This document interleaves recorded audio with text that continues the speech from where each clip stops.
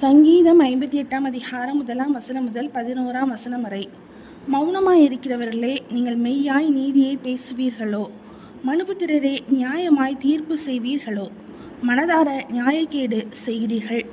பூமியிலே உங்கள் கைகளின் கொடுமையை நிறுத்து கொடுக்கிறீர்கள்.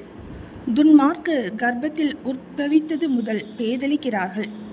தாயின் வயிற்றிலிருந்து பிறந்தது முதல் பொய் சொல்லி வழி தப்பி போகிறார்கள். சர்ப்பத்தின் விஷத்திற்கு ஒப்பான விஷம் அவர்களில் இருக்கிறது. பாம்பாட்டிகள் வினோதமாய் ஊதினாலும் அவர்கள் ஊதும் சத்தத்திற்கு செவி கொடாதபடிக்கு தன் காதை அடைக்கிற செவிட்டு விரியனைப் போல் இருக்கிறார்கள். தேவனே அவர்கள் வாயிலுள்ள பற்களை தகர்த்து போடும். கர்த்தாவே பாலசிங்கங்களின் கடைவாய் பற்களை நொறுக்கி போடும். கடந்தோடுகிற தண்ணீரைப் போல் அவர்கள் கழிந்து போகட்டும். அவன் தன் அம்புகளை தொடுக்கும்போது அவைகள் சின்ன பின்னமாய் போக கடவது. கரைந்து போகிற நத்தையைப் போல் ஒளிந்து போவார்களாக. ஸ்திரீயின் முதிரா பிண்டத்தைப் போல் சூரியனை காணாதிருப்பார்களாக. முள் நெருப்பினால் உங்கள் பானைகளில் சூடேறும் முன்னே பச்சையானதையும் எரிந்து போனதையும் அவர் சுழல் காற்றினால் அடித்து கொண்டு போவார்.